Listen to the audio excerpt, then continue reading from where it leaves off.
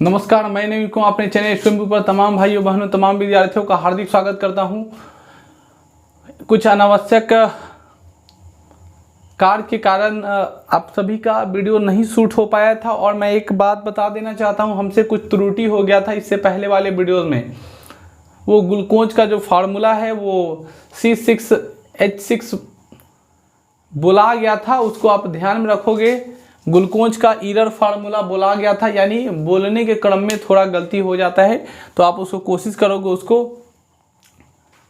सुधार लेने का, ठीक है ना। तो वो ईरर हो जाता है, इसलिए मैं सबसे सॉरी मांगता हूँ और बिना समय गंवाए हुए डायरेक्ट मैं चलता हूँ पढ़ाई की तरफ। और शुरू होता है इस तरह।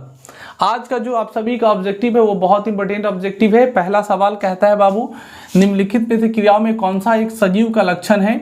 सजीव का कौन कौन सा लक्षण होता है उसको बताना है। देखिए, कोई भी ऐसा सजीव है, कोई भी ऐसा सजीव जो होगा लिविंग थिंग्स, उसके अंदर क्या क्या हो सकता है। तो वो पोषण लेगा, वह श्वसन करेगा, परिवहन करेगा, उत्सर्जन करेगा, नियंत्रण एवं समन्वय करेगा। बस इसके बाद जरूरी नहीं कि वो पोषण क्या बोलते उसको जनन कर पाए। तो सजीवों के मुख्यतः जो लक्षण होते हैं उसमें से श्वसन, पोषण, परिवहन, उत्सर्जन और नियंत्रण एवं समन्वय तक होता है। जैव प्रक्रम के अंतर्गत जनन को नहीं रखते, क्योंकि जनन जो है वह सभी जीवधारी में हो ऐसा पॉसिबिलिटी नहीं है। अगला जो सवाल है, कोशिका के किस भाग में सजीवों के सारे गुण विद्यमान रहते हैं। कोशिका के जीव द्रव में, कोशिका के जीव द्रव में सभी गुण विद्यमान रहते हैं। कोशिका के जीव द्रव में सभी गुण विद्यमान रहते हैं।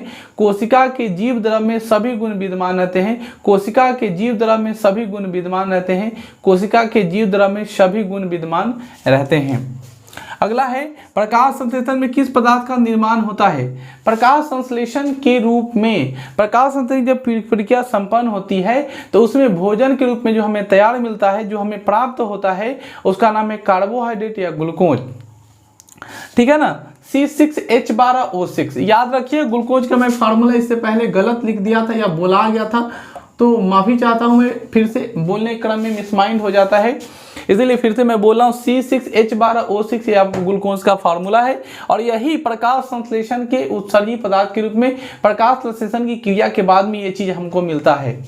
अगला जो हम लोग कर रहे हैं बाबू वो है क्या, पौधे में सूर्य के प्रकाश को अवशोषित करने की क्षमता कहाँ होती है। पौधों में सूर्य के प्रकाश की क्षमता को अवशोषित करने की जो क्षमता होती है, एक्सपेंशन जो होता है, जो ऑब्जर्व कर सकता है, उसका नाम है क्लोरोफिल। ये क्वेश्चन बहुत बार रिपीट में कर चुका हूँ। वे सारी क्रिया जिनके द्वारा जीवों का अनुरक्षण होता है क्या कहलाती है। वे सारी क्रिया जिसके द्वारा जीवों में अनुरक्षण होता है, उनका डेवलपमेंट होता है, उसे हम लोग कहते हैं, अनुरक्षण होता है उसे हम लोग कहते हैं जैव प्रक्रम। और जैव प्रक्रम कौन हो सकता है, तो जैव प्रक्रम जनन को छोड़कर सभी हो सकता है, प्रजनन को छोड़कर सभी हो सकता है, रिप्रोडक्शन को छोड़कर सभी हो सकता है। ये पोषण, ये श्वसन, परिवहन, उत्सर्जन, नियंत्रण एवं समन्वय, ये सारे जैव प्रक्रम के अंतर्गत आते हैं, लेकिन जनन जैव प्रक्रम के अंतर्गत नहीं आता, क्योंकि जरूरी नहीं सभी जीव जैव प्रक्रम करें ही करें। आगे जब हम लोग बढ़ेंगे तो अगला जो कहता है वो कहता है कि मनुष्य के दांत में सबसे ऊपरी परत को क्या कहते हैं। तो मनुष्य के दांत के ऊपरी सबसे कठोर परत जो चमकीला होता है, जिसके कारण दांत चमकता है, उसका नाम है इनामेल। और इसी इनामेल, अभी हम सवाल पहले कर लेते हैं, मनुष्य के दांत की ऊपरी परत को क्या कहते हैं, तो इनामेल कहते हैं। इनामेल के कारण दांत चमकता है।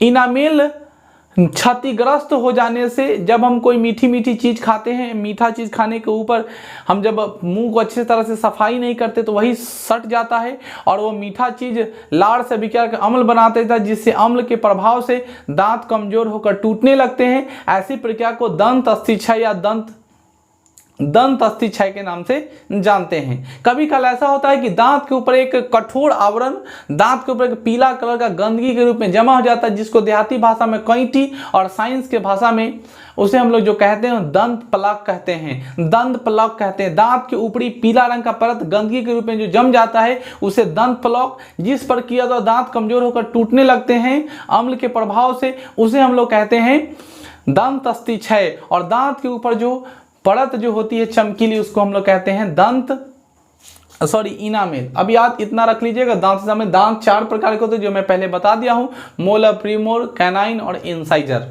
आगे हम लोग बढ़ेंगे बाबू। अगला सवाल जो कहता है प्रकाश संश्लेषण प्रक्रिया में निम्नलिखित में से क्या नहीं होता है। प्रकाश संश्लेषण में क्या होता है वो जान लीजिए ना भैया। प्रकाश संश्लेषण में ऑक्सीजन निकलता है, प्रकाश संश्लेषण में कार्बन डाइऑक्साइड का अवशोषण होता है, प्रकाश संश्लेषण में सूर्य की प्रकाश की आवश्यकता होती है, प्रकाश संश्लेषण में क्लोरोफिल की आवश्यकता होता है, प्रकाश संश्लेषण में जल की आवश्यकता होती है, प्रकाश संश्लेषण में भोजन के रूप में कार्बोहाइड्रेट बनता है, ग्लूकोज बनता है, C6H12O6 बनता है। साथ में हम कह सकते हैं कि प्रकाश संश्लेषण में ऑक्सीजन निकलता है, ऑक्सीजन बाहर की ओर जाता है। प्रकाश संश्लेषण में यह भी कह सकते हैं कि CO2 नहीं निकलता। प्रकाश संश्लेषण में उत्पाद के रूप में ऑक्सीजन निकलता है। तो यहाँ पे सवाल पूछा क्या नहीं निकलता है, तो भैया कार्बन डाइऑक्साइड नहीं निकलता है, क्योंकि अगर पेड़ पौधा भी कार्बन डाइऑक्साइड देने लगे तो फिर हम सभी तो ऐसे भी अभी ऑक्सीजन के अभाव में मर रहे हैं, और आगे क्या होगा भगवान जाने। फिर भी मैं अपने तरफ से कोशिश करता हूँ, मेरी जो जिम्मेवारी है कि बच्चे को घर बैठे पढ़ाऊँ, मैं पढ़ा रहा हूं। डॉक्टर अपनी जिम्मेवारी पूरी करेंगे, देश के सभी नागरिक अगर अपने जिम्मेवारी को पूरा करेंगे, अंततः कोरोना हारेगा और देश जीतेगा। आगे हम लोग बढ़ते हैं। अगला सवाल कहता है ग्रहणी किसका भाग है। ग्रहणी जो है वो छोटी आंत का भाग होता है। ग्रहणी छोटी आंत के भाग को कहते हैं ग्रहणी। अगला है किस छिद्र के द्वारा ग्रसनी ग्रास नली से जुड़ा होता है। निगल द्वार के द्वारा। प्रकाश संश्लेषण अंग किसे कहते हैं, हरित लवक को। प्रकाश संश्लेषण अंग किसे कहते हैं, हरित लवक को।